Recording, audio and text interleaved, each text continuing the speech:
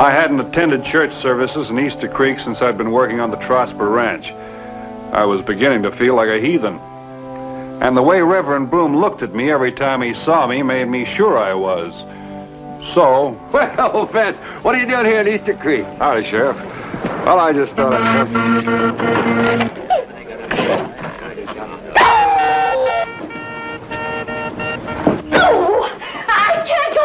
Simply can't. He just won't play anymore. No, Elvira. Heaven knows I have tried. I have done my best, but he's just plain worn out. You can't expect a thing to last forever. No, of course not. How do you think I feel every Sunday morning? All those sour notes and the wheezing and the whining.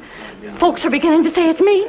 They're saying, Elvira Peoples playing sounds just like a cat in. All right now, folks, give me your attention, please. Oh, get out of my way. Give me your attention, please. All right, now, quiet down now. It appears that matters have come to a serious crisis. It's bad enough for Easter Creek not to have a church, but to be without an organ and an organist, well, that's a disgrace. It's a positive disgrace. So I propose that we take steps to purchase an immediate replacement. Oh, Sheriff Abner, would you step up here a minute, please? Oh, I've been afraid of this. You better come with me, Ben. Now, Sheriff, as treasurer of our community fund, you can take charge of finding out where we can get a new organ. Well, where's the money coming from? Well, now, I've given that matter careful thought, Sheriff, and there's only one solution. We'll just have to borrow from the building fund. That's true, Sheriff. This is an emergency. Now, what are you going to do about it? Now, just a minute, Miss Fickett. And you too, Reverend Broom. Just how much money do you think we've got in the building fund? Well, we must have at least $100. We've been putting aside money for 2 years now. We've got $42.12. $42? And that includes the $3.65 we got from the Cake Bazaar a month ago. Are you sure that's all we've got? That's all we've got. Church over at Whitfield bought a new organ last Christmas. They're willing to sell us their old one. Second-hand, of course, but it's still in good repair, and they're only asking $95 for it. $95? We're over $50 short. We'll never raise that much by Easter. Let us not despair, Miss Fickett. Sometimes Providence can take care of a situation like this. Mr. Bonner, would you step over here a minute, please? Come on, Ben. Come along. Now, Mr. Bonner, I know you're not a regular member of our congregation, and you've only been in our midst a little while. Well, I'll be glad to help you out, Reverend Broom, but I'm afraid any donation I'll give you will be just a drop in the bucket. Well, donation wasn't exactly what I had in mind. Oh? No, I think you'd be of a greater service in another fashion. Ladies and gentlemen, I propose that we appoint Vint Bonner, a committee of one, to take charge of the organ-raising fund. Wait a minute. Now, we all know Mr. Bonner is a man of strength and determination, and he inspires trust and confidence, and especially generosity. If anyone can do it, Vince the man. Now, wait a second. Well, now, you've got to think positively, Mr. Bonner. Your approach will be 100% effective. And just to show you how easy it's going to be for you, we'll start out by taking up a collection right now. Sheriff Abner, will you pass the hat, please? Reverend, you come back here. All right, now, folks, dig down deep. This is a wonderful thing Mr. Bonner is doing for us. And this is our chance to show him how much we appreciate it. Reverend, when you listen... Sheriff! Now, hold on, Vint. Hold on. You got to see my side of it. Now, all I had to do, you're going to say, is speak up for you. Well, the job you've had for only 2 days, I've had for over 2 years now. I just couldn't stand it any longer. All right. All right, go on. Call me a coward if you want to. Well, I am. Vint, I'd rather face up to a couple of honest cattle rustlers or a decent horse thief than that Miss Fickett, or any of the other ladies around the town when it comes to collecting money. Seems like whenever anybody talks about giving, they always mean somebody else should do it. Yeah. Well, I guess I see your point. You collect anything? $11, that's what I got up to now. Oh, Ben, that's wonderful. $11. Well, it'd take us at least a month to get that much. Well, within a week, you'll have the $50 for sure. What do you mean in a week I'll have the $50? I've already talked to everybody in town. Huh? Well, you don't think this is any New York or Chicago or something, do you? There's only 70, 80 families around here. Of course, there's 100 dogs. I could go out to talk to them if you think it's right. All right, calm down, Ben. Simmer down. I just slipped my mind for a minute. Yeah. How'd you do with the church collection? We got $1.44 in cash, 3 buttons, $500 bill. $500? Confederate. What skunk would...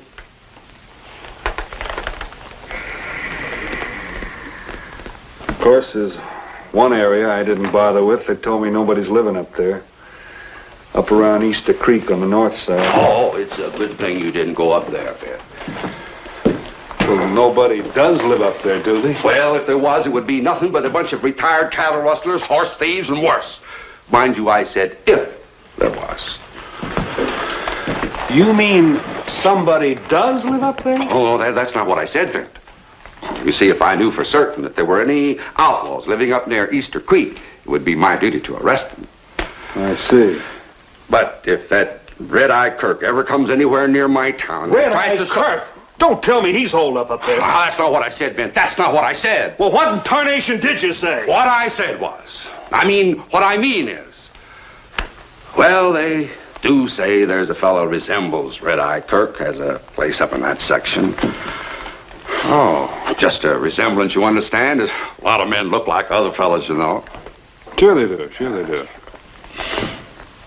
I see. Up on the north side. Now, just a minute. Just a darn minute. What in tarnation do you want to go up there and let a fellow like Red-Eye Kirk kill you for?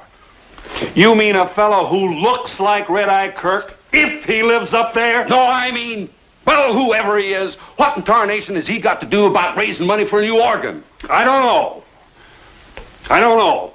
But I'm not going to leave any stone unturned. I'll see you later, Sheriff. Goodbye, Ben.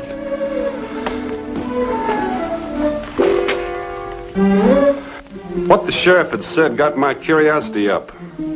I'd already passed a few shacks. People weren't exactly sociable. They had something else in common, too. All the horses and cattle had the darndest assortment of brands I ever did see. Anybody home?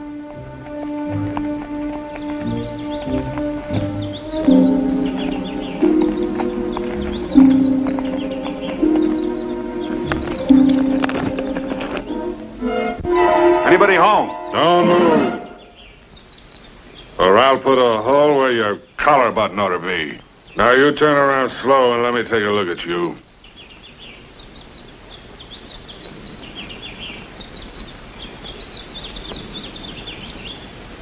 Now who are you and what do you want? I'm looking for Red-Eye Kirk. There ain't nobody here by that name. Maybe you'll do then. Huh? My name is Bonner, Bint Bonner. Bonner. Yeah, well, take it easy with that gun, will you? Now get him up. Now keep him up real high. Oh, sure. This high enough? Now you stand real still and don't you move at all.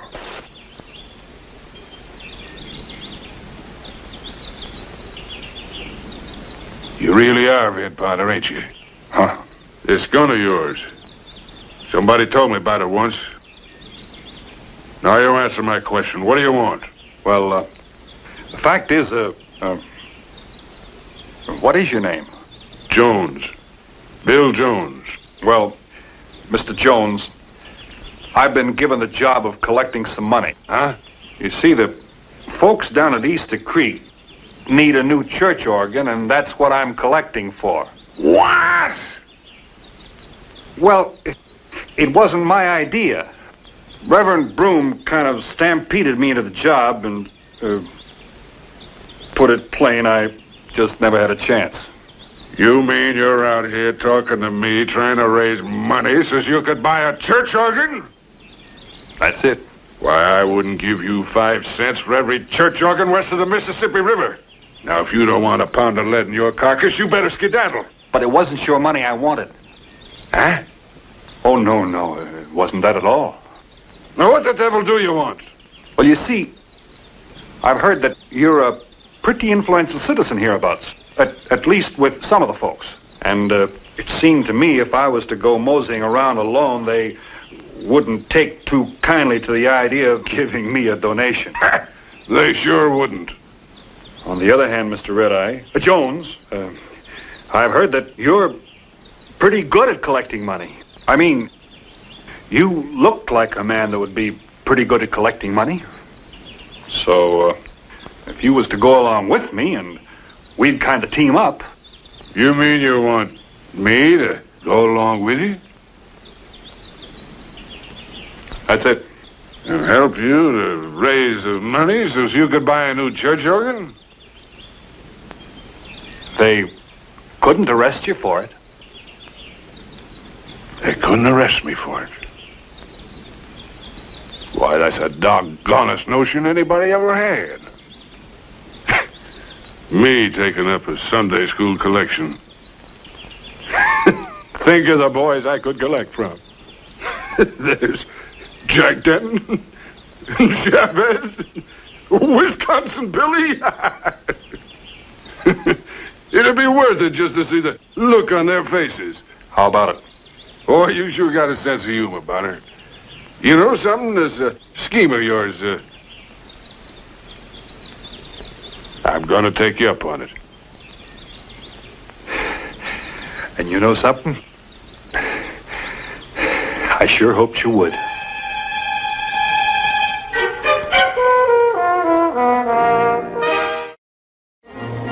Here we are.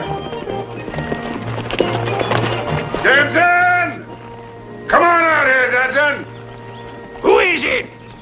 It's me, Red-Eye! Who'd you think I was, little boat? Well, I reckon you knew who I was all along, didn't you, Bonner? Well, I make it a point never to argue with a man who's got a gun in my throat.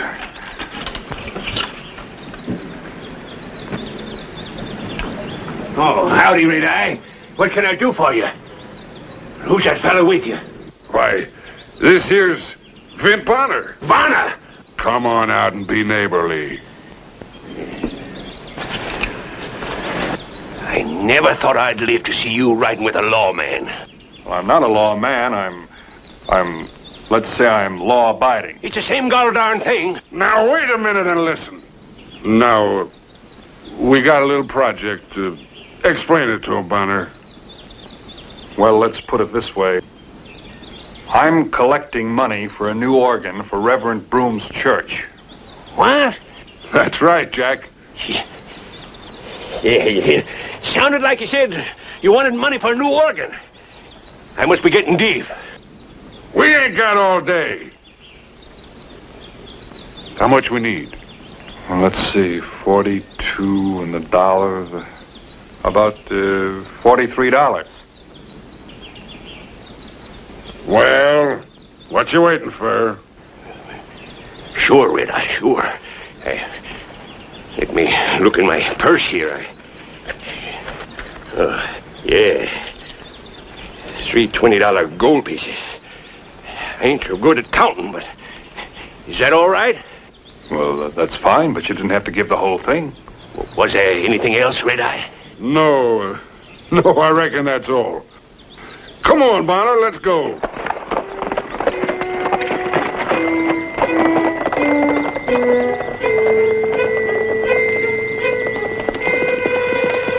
Hey, wait a minute. That fellow Denton, I've seen him someplace before. I've got it. The Silver Kid. Gee, I was just out of short pants, but I remember. He blew up the bank in Nogales and got away with $50,000 in new minted $20 gold pieces. Why, that's foolish, Bonner. Why, the Silver Kid was shot down by a government agent 8 or 9 years ago. Oh, yeah, that's right. Why, he does look some like the Silver Kid. Sure are a lot of people around here who look like a lot of other people. I was with old Silver. Huh? We'll go down to Mike Morgan's place next. It's just down the road a piece. We don't have to. What are you talking about? All I needed was $43.32, and I've got more than that here. The organ's all paid for. Well, there must be something else that preacher needs money for, ain't there? Well, they could use a new church. Of course, that's out of the question. Doggone it, Bonner. I was just beginning to enjoy myself. Besides, it wouldn't be fair to the rest of the boys if Silver, I mean Denton, was the only one that had the chance to do any contributing. Why, the least we could do was stop at the Morgan place. It's just down the road a piece. I ain't never had a chance of doing any collecting of money before. Legal-like. Red Eye? I'm with you. Now look here, Red Eye. It's taken me 9 out of 30 years to steal enough money. Save up enough money so Amy and I wouldn't have nothing to worry about. Now, if you think... Will you shut your big mouth, Mike Morgan, and give this here Mr. Bonner some money for his church? Yeah, but Amy, honey, I already give him $20. Now, that should be enough. You old skinflint. You've got more money buried under the floor of that cabin than you and me'll ever live to spend. $20. Now, honey...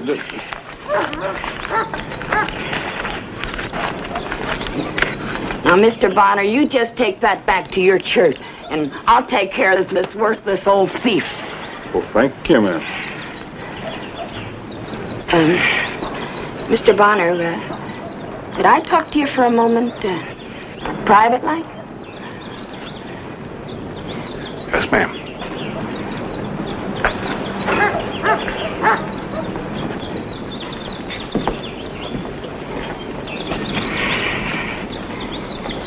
Mr. Bonner, I've always had a hankering to... Well, I know it's asking a lot, but... do you think them people in Easter Creek would let us come to church once in a while? Huh? Well, I don't know. I know Mike ain't nothing but a heathen, but I ain't much better for loving him. And love him I do since I was 18. And if there's one chance of getting him through them pearly gates, I sure don't want to miss it. Well, Mrs. Morgan, I could talk to. There's a lot of good in Mike in spite of his... Well, you know.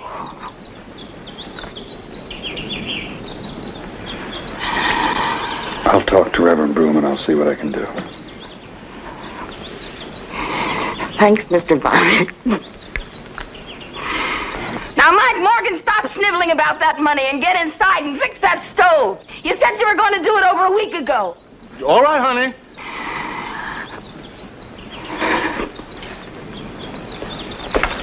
All right, Amy. Yeah, I'll fix the stove now.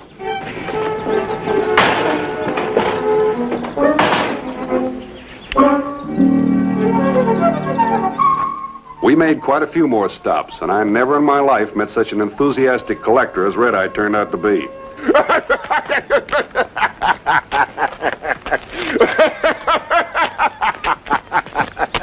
I can't stop thinking about the look on Pete Miller's face when we told him what we was collecting for.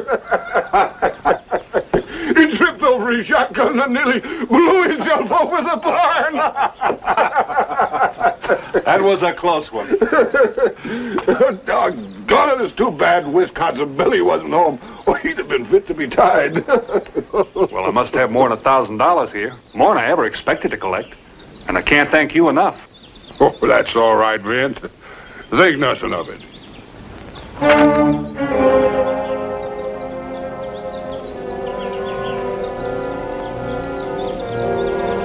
More fun than I've had in years. If you come back tomorrow, maybe we can get Billy yet.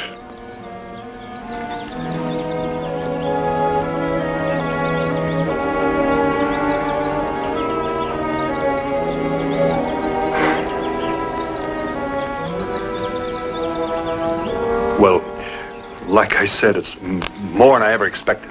Thanks again.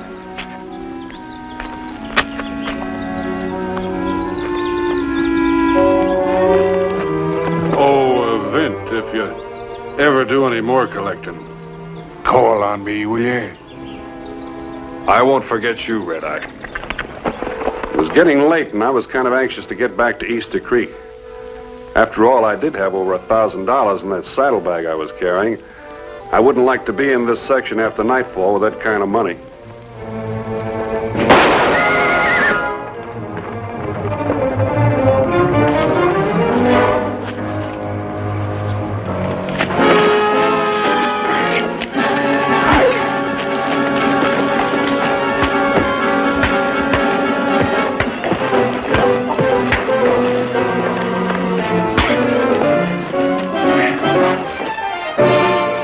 Bushwhack me, huh? No. I'm just trying to get your attention. Well, you got my attention. Now, what do you want? Well, Den said that Red Eye wants... Red Eye? Yeah. He said that you were taking up a collection. Taking up a collection? Your name wouldn't be Wisconsin Billy, would it? Oh, I don't want to admit to a name like that, but if you'll just let my arm go, I'll give you some money for your collection. Well... what in tarnation are you fighting for? I ain't had much chance to fight since I've been retired. I'd just like to fight. You like to fight. Oh.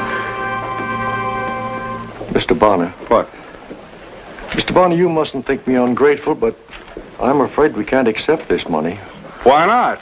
Well, you see, Sheriff Abner told me where you got it. Oh, blabbermouth. Now, mind you, I don't have any objections myself. I think that if help is offered, it should be accepted regardless of the source. But my congregation, well, they aren't quite so broad-minded. And this idea of allowing Mr. Red Eye Kirk and those other outlaws to donate... Now, Reverend, I talked to your sheriff, and he told me there weren't any outlaws up that way. And from what I saw, if there were, mind you, I said if there were, they'd all be retired. Well, yes, but we don't like to think of our town as a haven. And the sheriff also said if there are any outlaws up there, he'd have to do something about it, and you haven't had any trouble in Easter Creek for some time, have you? Well, no, but everybody knows it. It's common knowledge. And that story about Red Eye Kirk helping me collect the money, that could be mistaken. Well, maybe, but you were seen riding along with... Well, it looked like Red Eye. Reverend Broom, I know from experience, a lot of people look like a lot of other people. That's just coincidence. Coincidence? Sure. Didn't Sheriff Abner ever tell you about that fellow up on Deer Mountain that looks exactly like Red Eye Kirk? Oh, no, Mr. Bonner. And if there were some fellas up there who might have gone a little bit beyond the law, well, to accuse them of being criminals will stir up a lot of trouble. So, Sheriff Abner's your duly elected sheriff, and he says they're all right, and goodbye, Reverend.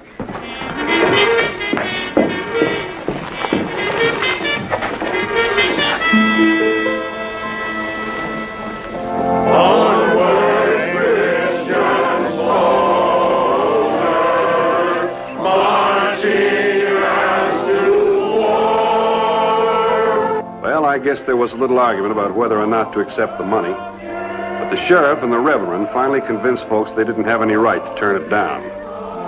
So the following Sunday, which happened to be Easter Sunday, the congregation had a new organ. I want you to know that that service was real well attended. Marching as to war with the cross of Jesus going on before Christ our royal master lead against the foe forward into battle, see his banners glow.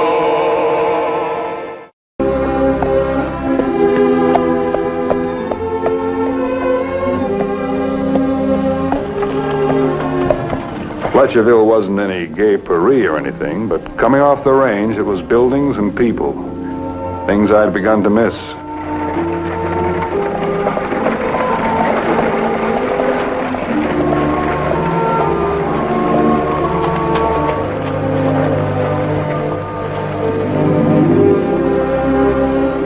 It was other things, too.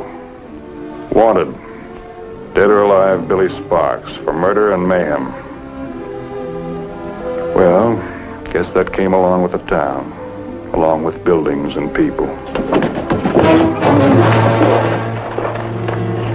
Get out of here!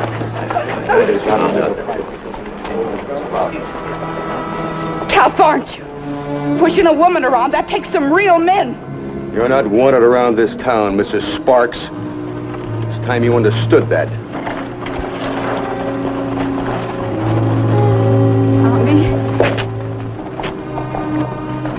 I'm sorry, Mrs. Sparks, but you stay away.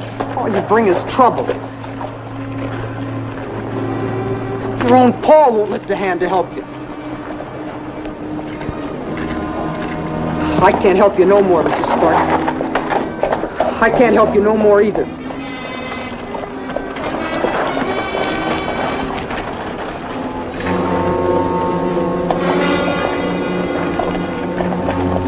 You're big, brave men, when all you have to fight are women and boys. Helen Bricker. You do remember me, don't you? Vin Bonner. That's right. Thanks for speaking to me, Vin. Thanks for speaking. As bad as all that? You just saw. Good citizens of Fletcherville don't waste words on Billy Sparks' wife. They won't like the idea of you talking to me either. You don't think I'd let that bother me, do you? Maybe it should. You just saw what they did to poor Tommy. Where are you living now? Cabin out at the end of town. Was the one my father built when I was a girl, remember? By the way, how is Strad? That was him you just saw right off on the horse. It's the first time I've seen him myself since I came back to Fletcherville. He sent word that I could use the cabin. No one was living there anyway. But I wasn't to come near his home or see him for as long as I live.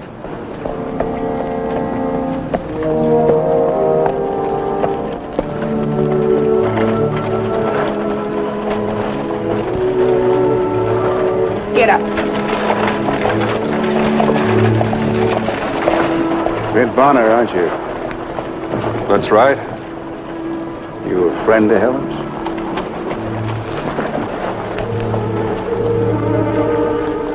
I know the Bricker family. You know Billy Sparks? I've heard of him. You'd be Dave Fletcher's son. I was. Before Billy Sparks killed him. Any news yet? Not yet, Mr. Fletcher.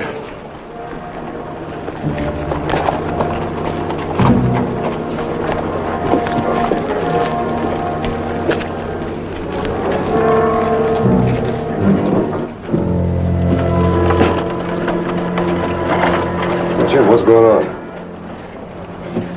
Go on inside, man. Dave Fletcher built this town, Vent. Ain't a man, woman, or child in Fletcherville who isn't beholden to him. Billy Sparks shot him down in cold blood. That explains the poster. That was over a year ago. Billy held up his bank. That's when it happened.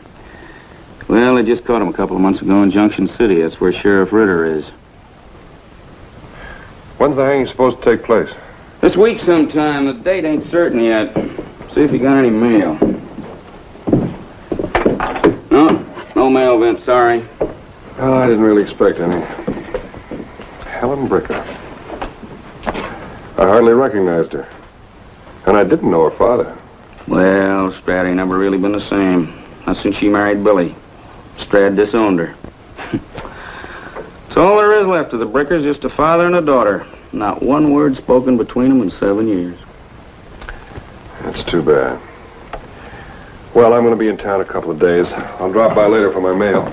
Now, you be careful, Vint. If I was you, I wouldn't have nothing to do with her. Everyone in this town is dead set against her.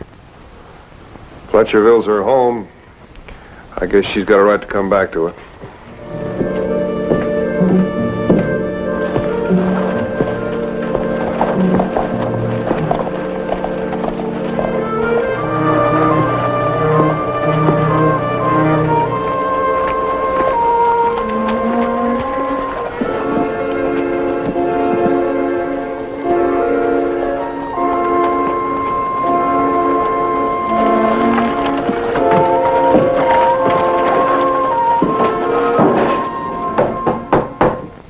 fella that put this heel on just didn't know his trade. Ain't no reason for a nail to go through on the inside there if the heel was put on proper. Who made these boots for you anyway, Vint? Let me see. Come to think about it, I think you did. Me? You dang well know I didn't. I know my own work. I never turned out a pair of boots like that even when I was apprenticed. Oh, we can soon find out. Look on the inside of the heel. I think your mark's there. Hmm? Well, I'll be... How'd that ever get inside there? Just got the word, Seth. Looks like they're not going to wait very much longer. They're going to string them up today. Today? Yeah. What's the matter? You don't look too happy. What time today? Sundown. The sheriff's staying over to claim the body for the next of kin. You know who that means. We're meeting out at Joel Fletcher's half-hour before sundown. Why? You know why. Same time the state's getting rid of one of the Sparks, we'll be getting rid of the other. How do you plan to do that? Huh? How are you going to get rid of the other Sparks? We figure on letting Joel Fletcher handle that.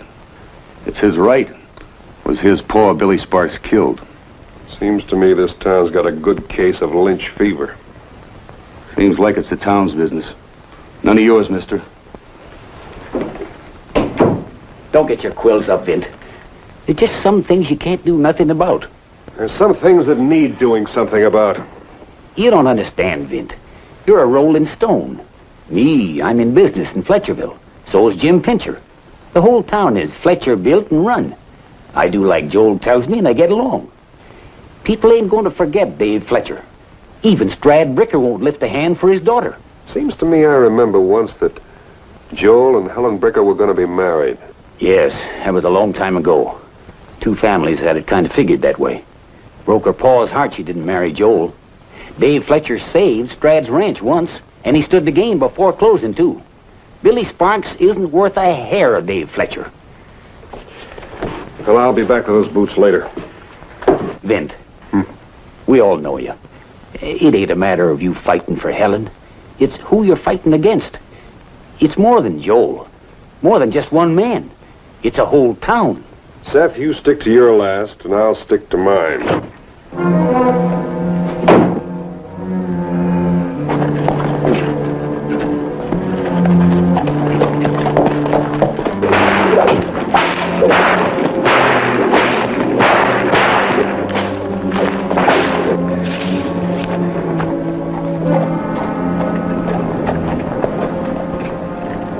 Suppose you heard the news, Bonner. They're hanging Billy Sparks this afternoon. I heard something else I didn't like the sound of. Suppose you just mind your own business. I should think a whole town against one woman would be anybody's business. You're not foolish enough to think there's anything you can do about it. I don't know.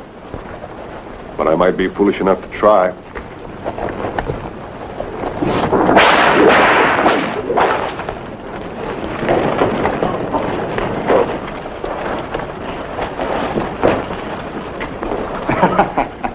You like to play with a thing, don't you? I know how to use it, too. You might remember that. I'll remember. That's good. And while you're remembering, there's just one other thing. Stay away from Helen Bricker. Here's something for you, too. I don't do business in this town. That's one advantage of being a rolling stone.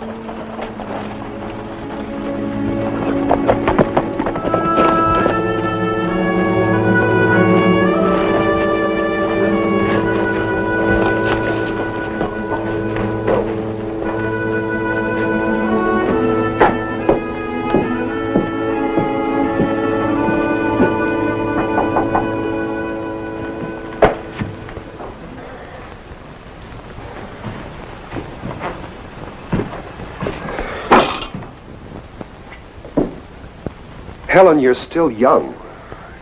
You could go someplace else, start all over again. You've got your whole life ahead of you. Bitterness and false pride do terrible things to a person. I'm Strad Bricker's daughter.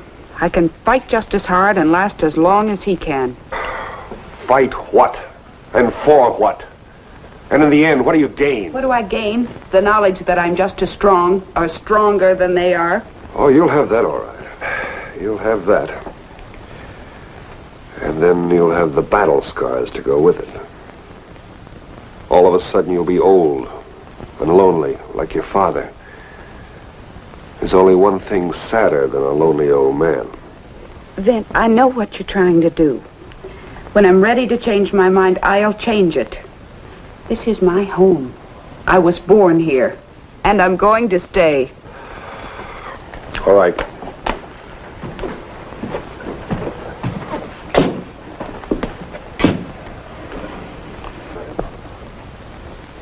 Helen. I didn't want to tell you this. They're hanging your husband today at sundown. And at the same time they're hanging him, your neighbors are planning something for you. I don't know what.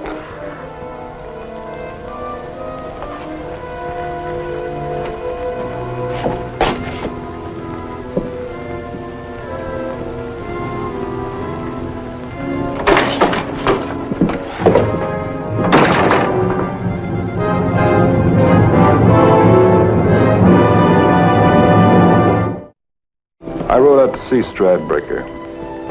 I didn't know what to expect or just what I would say to him. Maybe Joel Fletcher was right. Maybe I was being a little foolish. But I didn't like him saying it. Live in the same town and don't see each other? Vint, if you've come here to try to fix things up between us, you're wasting your time. Well, I know it's none of my business. I told her he was no good before she married him. I told her, but she knew more than everybody else. She wouldn't listen to me. I guess it's pretty hard to see a person's faults when you're in love with them. It had to take a lot to love Billy Sparks. Gun-happy fool. I was on the posse that went after him when he killed Fletcher. I went after my own son-in-law. Every man worth his salt in this town was on that posse. They don't come any better than Dave Fletcher. I owe everything I've got to him. More than you owe your own daughter? I haven't got a daughter. I'm not concerned with her anymore. Yes, you are. You and the whole town are concerned. You're judging her and blaming her for something her husband did. She doesn't have to stay here. Oh, I didn't hear her complain. I don't think in all the time I've known the Bricker family I've heard anyone complain. She's not a Bricker. She's Mrs. Billy Sparks, a murderer's wife. I'd sooner see her horsewhipped than have her called a Bricker. I think maybe somebody has the idea to do just that. What? Joel Fletcher seems kind of handy with that whip he carries. It's none of my business what he does. Oh, I don't know. I've known you for a long time, Strad. I don't think you'd feel very good about it if any harm came to Helen. Harm? I hear some of the citizens are going to pay a visit to Helen at sundown. At the same time, they're hanging Billy in Junction City. Ah, it's a lot of talk. Joel's excitable. He doesn't mean any harm. Besides, the sheriff would stop it. The sheriff will be in Junction City till after the hanging. Ah, what does she expect? Maybe it'll be all for the best. She doesn't belong in Fletcherville. This isn't her home, not anymore. Besides, if she needed anything, all she ever had to do was to come to me and ask. You know she wouldn't do that. She's your own daughter. Then why doesn't she say she's wrong? Why doesn't she come to me and say she's sorry? If she'd asked forgiveness, maybe I'd care what happens to her. Don't you see that, Vint? Then maybe I'd care. Yeah. Yeah, I see.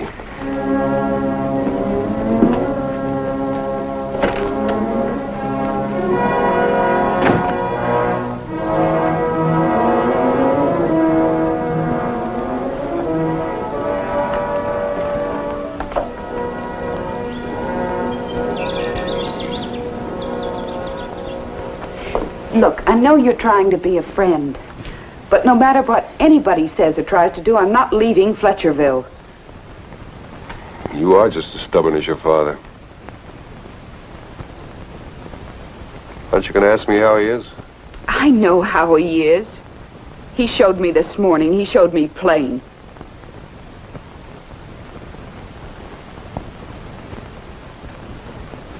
Helen, I think I know you well enough to ask a question.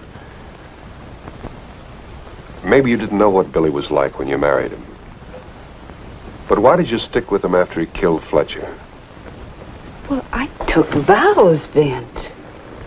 And he gave you plenty of grounds to break them. I'm my father's daughter. If I make a bargain or give my word good or bad, I'll stick to it. The sun's going down, Vint.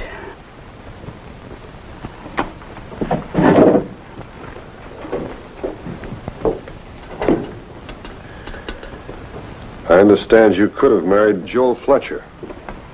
Joel Fletcher? Did you get a good look at him this morning? You think he's any better than Billy? Besides, I wasn't going to be pushed into marriage because my father was beholden to his father. With Sheriff Ritter away, there's no lawman to protect you, Helen. Oh, I'm capable of protecting myself. Thanks, Vint. I'll be all right. I have this, and I know how to use it. Helen. I'll kill the first person who comes near this cabin. I mean it, Vint. I'm Billy Sparks' wife. A killer's wife, remember? There's just a chance this town may forget. But if there's any gunplay here today, they never will. I don't care if they do or don't. I married Billy. Nobody forced me to. I don't expect any favors now. That's what I'm trying to tell you. I don't think you're going to get any.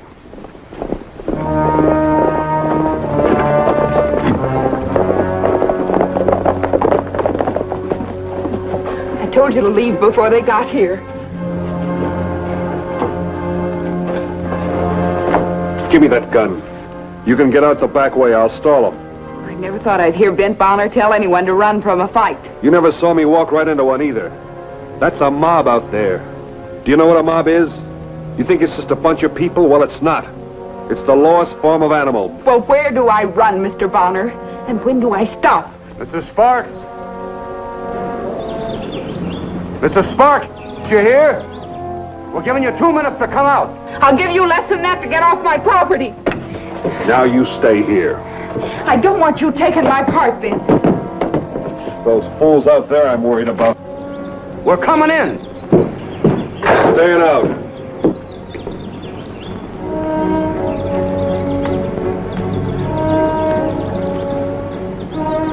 Get out of the way. This doesn't concern you. Fletcher, I've seen men stoop pretty low. But what you're leading these men to do makes you kind of special. This is none of your business, Bonner. I told you that. As for what we're planning, all we're going to do is give Mrs. Sparks a taste of the whip. Enough so she won't show her face in Fletcherville again. Are you sure that's the reason? Or is it because her name is Mrs. Sparks and not Mrs. Fletcher? You don't seriously believe that's why we're here? Don't I? You wouldn't be the first man to lead people into doing things for one reason when the real reason was a hidden one of your own. You're talking wild, Bonner. Now get out of our way. We're going to let one man tell us what we can do or what we can't do. We're not. This is our town, isn't it? Yes. Billy Sparks is dancing on air right now. I say let's get rid of the rest of his rotten family. Stop!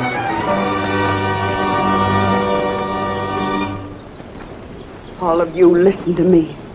I'll leave your town. Before I go, there's something you ought to know.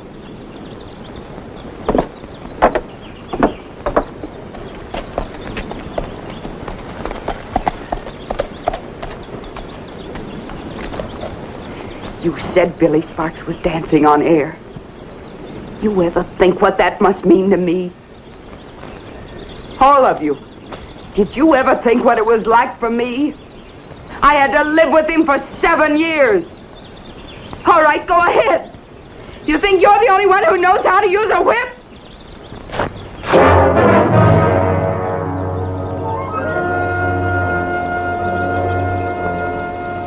Billy Sparks knew how to.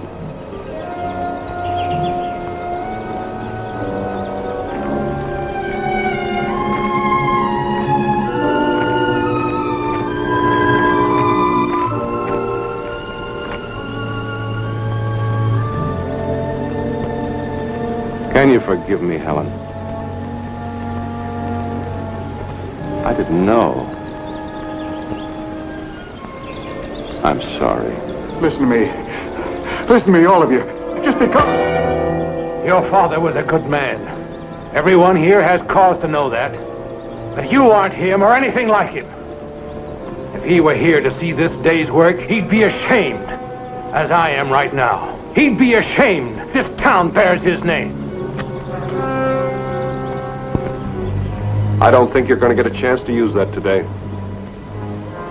This is all your fault, Bonner. If it hadn't been for you. You wouldn't have lasted long anyway. People have a habit of finding out tin gods sooner or later.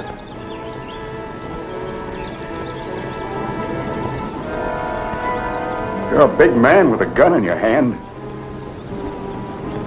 I'll throw away my gun if you'll do the same with that whip.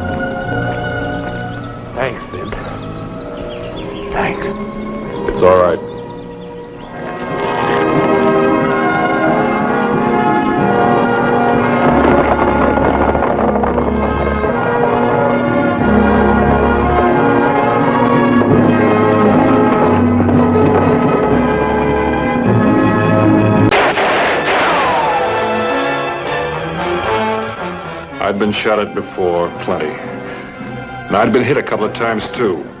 But it's not something you get used to.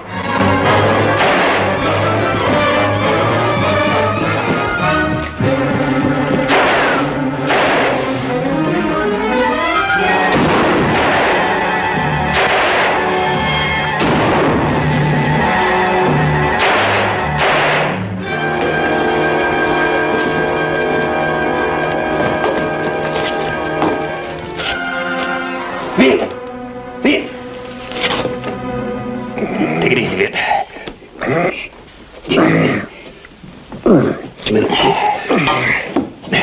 Here, take a little of this. Take it easy. There we are. Here. He was lucky in a way. Just missed his gizzard and lights. Didn't break any bones either. He's lost considerable blood, but I expect he'll make that up. First bank I put my money in gets robbed. It's your bank, too. Better get him to bed now and get somebody to watch him. Where am I going to put him to bed? Over at the hotel where you live is as good a place as any. If I can't find anybody to nurse him, you'll probably have to do it yourself. Well, if it takes that to get him well, I'll do it. I just hope I'm lucky enough to meet up with Jesse Drake sometime. I don't mind so much losing the $300, though it took me a year to save it. But I just don't relish getting shot twice by the same man. Don't go getting yourself upset, Vint. You know the doctor said for you to keep quiet. Don't get yourself upset. What else can I do? I'm lying in bed here with 2 holes in me. How long did he say it'd take me to heal up? He said it'd take a good 3 weeks or a month. 3 weeks or a month while I'm lying in bed and he's gallivanting around on my money. Well... Get your foot over it. How much did you lose? Oh, about $150. $150, is that all? Yeah, I had about that much in the cash drawer. I had most of the bank's money stashed under a floorboard near the old safe. What? Well, you see, I never believed much in banks before I got to be a banker. Just fine. So most of the money he got was mine. Don't worry, Vint. I'll make it up to you. Make it up to me nothing. Just tell the doctor to get me well so I can find that Jesse Drake and make it up for myself. Come in. I was told I could find Mr. Bonner here. Well, I'm Mr. Bonner, ma'am. What can I do for you? Oh, you poor boy. What happened to you? Well, I got shot. Who are you? Your Aunt Emma. Emma Bonner Bancroft. You really are my Aunt Emma, aren't you? Sure I am. Well, how's Uncle Joe? Oh, he died about 15 years ago. Then my youngest daughter got married last year. She wasn't quite 23. I thought she'd never get married. Married a railroad man. I got my tickets half rate. Couldn't. Well, Aunt Emma, this is Ethan Greenfield. He's a friend of mine. Pleased to know you, sir. And then you know what happened, Vint? I just remembered about you. Here you were, all alone in the world, with nobody to take care of you. So I thought, I'll just go take care of him myself. And it looks to me I was none too soon, because here you are, flat on your back, with no more sense than to let yourself get shot. Look, Aunt Emma, I didn't let myself get shot. You see, the Drake brothers tried to rob Ethan's bank here. You mean to tell me my nephew got shot protecting your bank? And what were you doing? Miss Bancroft, it wasn't no fault of mine. Well, you see, these Drake brothers... He's right, Aunt Emma. You see, if it hadn't have been for him coming up with a double-barrel shotgun, I'd be in worse shape than I am now. Yeah, well, Vince, it looks like I can leave you in good hands now and get back to minding the bank. And, well, by the way, Miss Bancroft, where are you going to live? Well, now, I just didn't plan that far. Well, now, I have a nice little house out here in the edge of town I took in on a trade last month. I'd be glad for you and Vint to use it until he gets better. Well, that's mighty nice of you, Mr. Greenfield. Don't you think so, nephew? Well, yes, ma'am, I guess so. Yeah, well, that's fine. Well, I'll be saying goodbye. Goodbye, Miss Bancroft. Goodbye, Mr. Greenfield. Well, now, isn't that nice? I've got me someone to take care of. We've got a place to live, and everything's going to be fine. Just fine.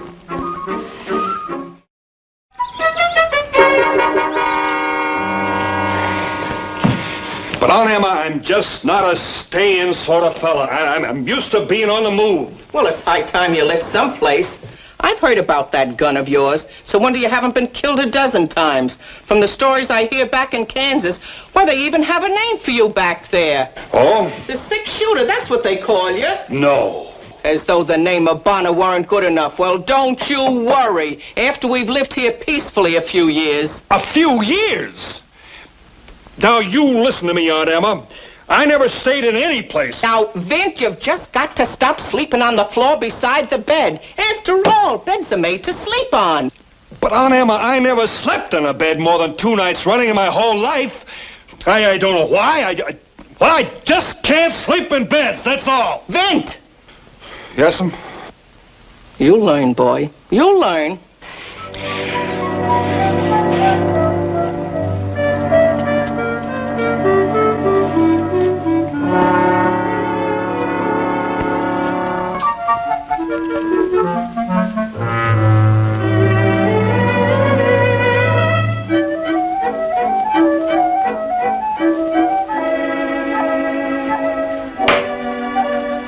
Now, nephew, why don't you put that gun away?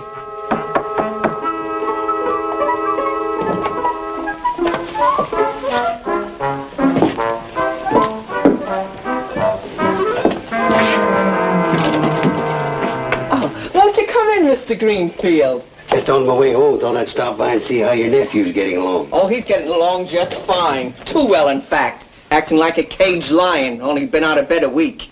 And that's the longest I ever stayed in bed, too. Hello, Vin. Howdy, Ethan. How are things at the bank? Oh, just the same. Business as usual. Say, the sheriff ever got a lead on the Drake brothers? Not a sign. He lost track of them about a mile out of town. Sheriff can't figure it out. Vin, how'd you like to take a little walk with me? The fresh air do you good. That's fine. I like that very much. I think it best to be stay in. Now, listen, Aunt Emma. I'm no boy to be wrapped up in cotton batting. Oh, he's a big boy now, Miss Bancroft. None of you men ever get to be big boys. But I'll go get your coat out and see that you bundle up. Yes, ma'am.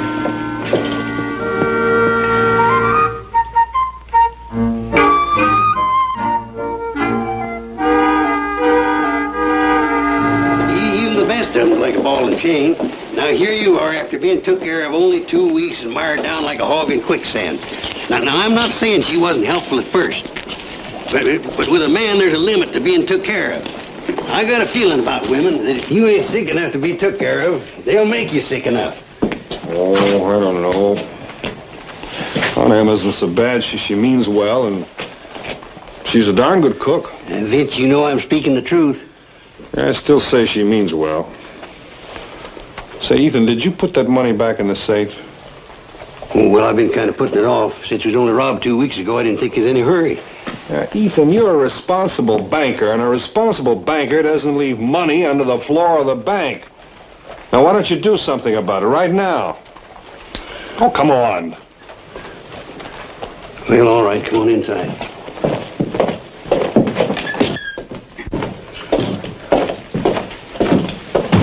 You can go home, Bob. It's almost time to lock up anyway.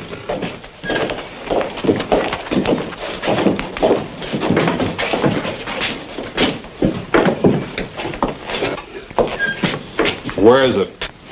Stand on it. Huh? Stand on it. Probably just safe here it would be in that old tin can. So that's where the old goat put the money.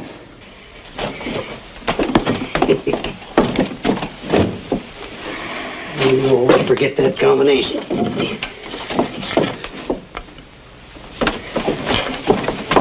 His left 3, right 42.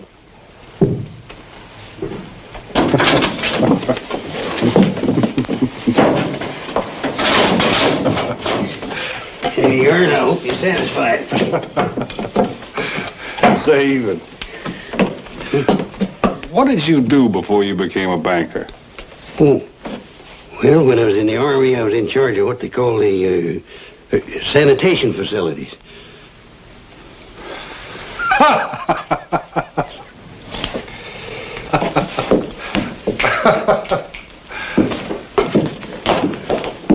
Who would have figured it was right under our noses all the time? Well, now that you know, we can get it tonight, huh? No, Jed, we're not going to get it tonight. We're going to wait till Friday. Month-end deposits will be in by the end of the week. That ought to add $4,000 or $5,000 to the take. But, Jess, I can't hide here much longer. It's tough enough to get food to you. My wife's been asking questions. You do like Jess says. Must be $20,000 or $25,000 in that bank across the street. Now, you wouldn't expect 1/3 of that without going to a little trouble, would you, Jed? All right, Jess. All right, I can handle it a few more days, but no longer, eh? This is a small town, and somebody's bound to wonder what I'm doing up in this old loft all the time. Friday will be the night, Jed. No longer. That'll be fine, Jess. Just fine. Well, I better go.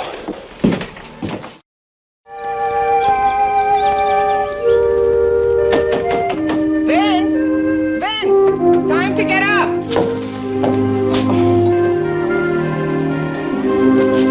Vince, get up off that floor! What is it? It's time to get up and your breakfast is ready. I told you a dozen times not to sleep on that floor. What do you think beds are made for? Hold on, Emma. I like sleeping on the floor. But it's not civilized, and you're liable to catch cold. If other people can sleep on a bed, well, so can you. Aunt Emma, look, I'm a grown man, and I'm a little set in my ways, so stop telling me what to do. Oh, don't cry, Aunt Emma. Look, I'm sorry. I appreciate the way you've taken care of me and everything, but I'm a little naturally a little grumpy in the morning, so dry those eyes, will you? Your breakfast is all ready. I'll be right out, Emma. I'll be right out. And I want... I'll be right out.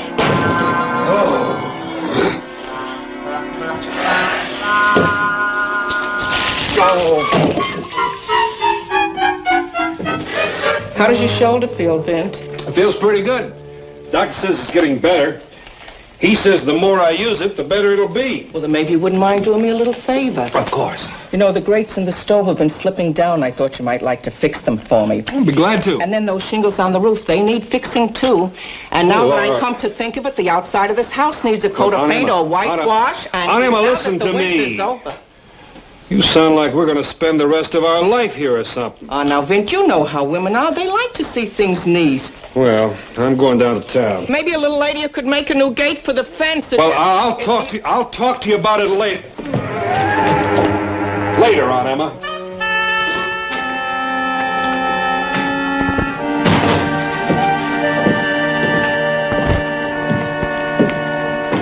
Morning, Ethan. Morning. Don't tell me you're eating cold beans for breakfast. They're good and nourishing. Say that they're cheap. Well, all I can say is it's nothing like I had for breakfast. I had a fresh slice of ham, good and hot, with the fat browned on the edges, just the way I like it. So tender you could cut it with a fork.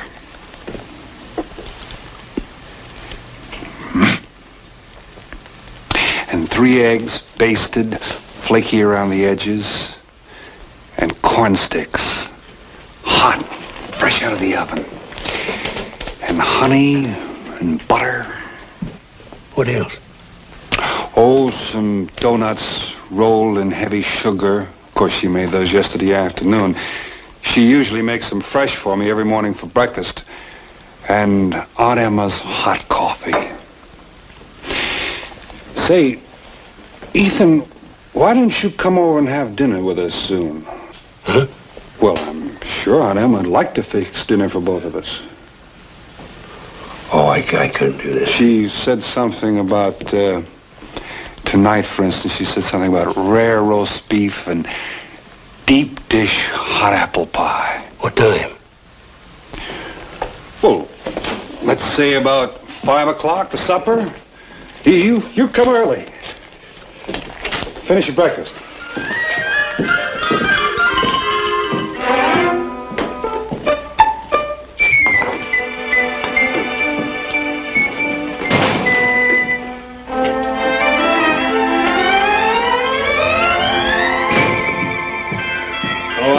What in the world do you got there?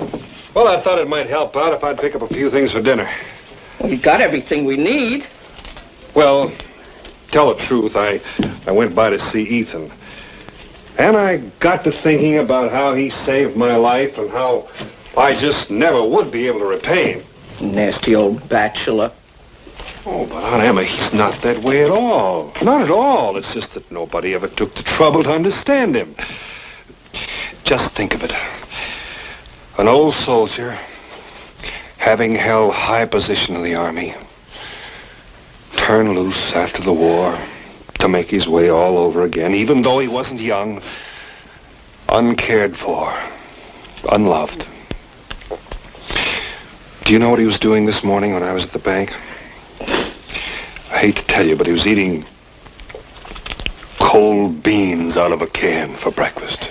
Well, that was kind of foolish. He could have had some breakfast at the hotel. But, Aunt Emma, he's a responsible banker.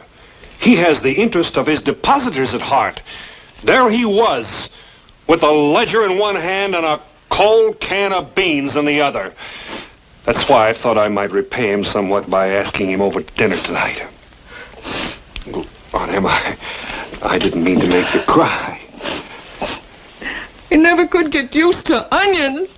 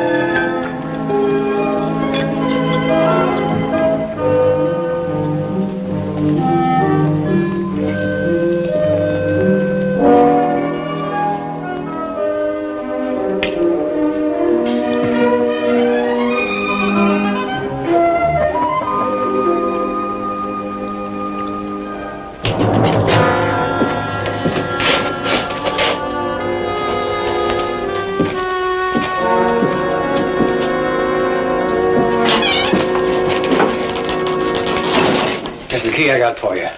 It fits the bank door. You don't think anything go wrong, do you? Nothing will go wrong now, Jed.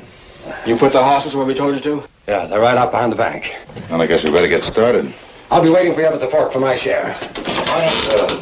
Why don't we give him his share now, Link?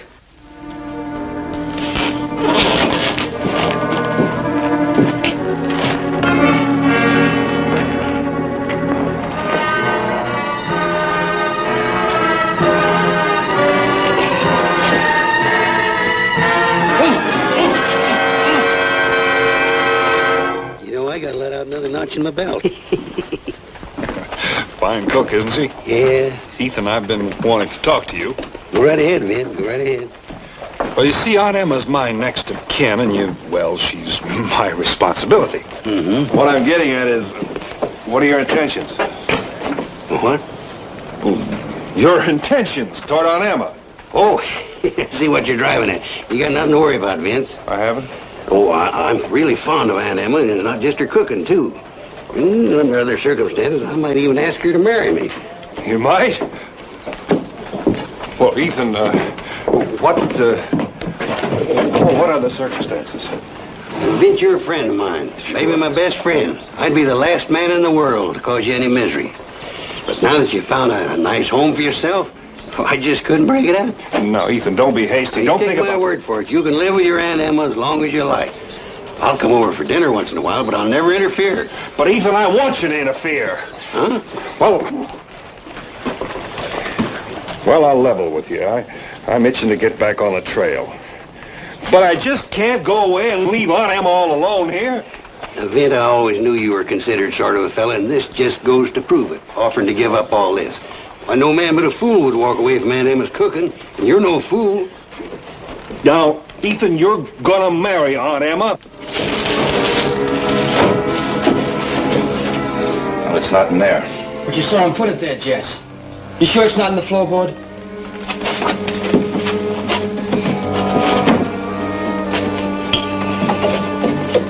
No. I wonder where the old fool hid it this time. Take a look back there.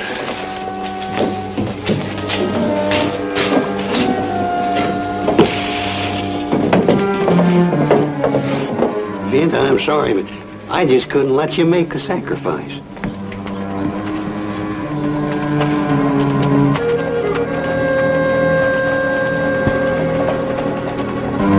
There's supposed to be someone in your bank? No, there sure isn't. If you're not wearing a gun, you better stay here. Or better than that, go get the sheriff.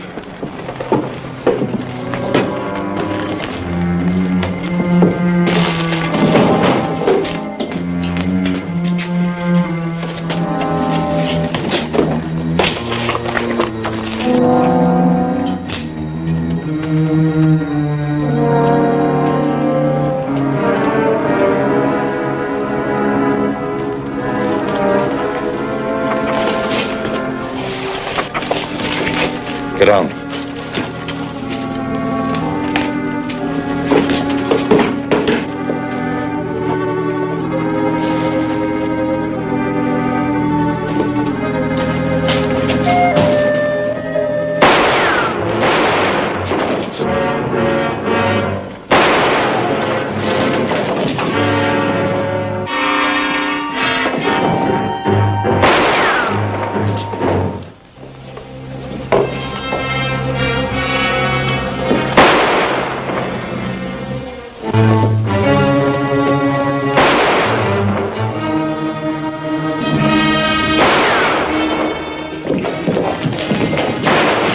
Wait outside. Who's ever in there has to come through that front door. You can wait out here, but Vince in there. Ethan!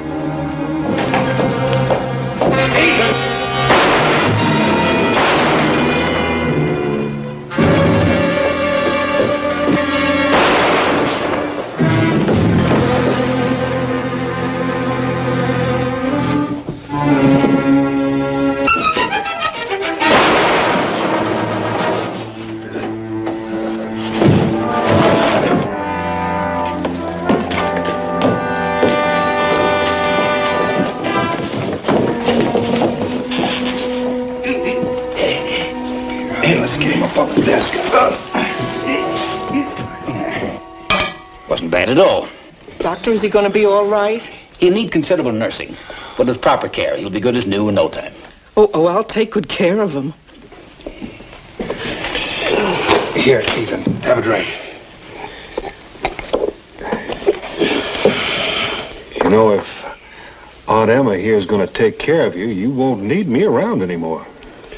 Vin, don't leave. Of course, I don't know what the townspeople are going to say if you two live in the same house together while you're getting better. Emma, if you're willing, I'm willing. Oh, I'm a willing. I know when I'm licked. Give her a drink. Sure.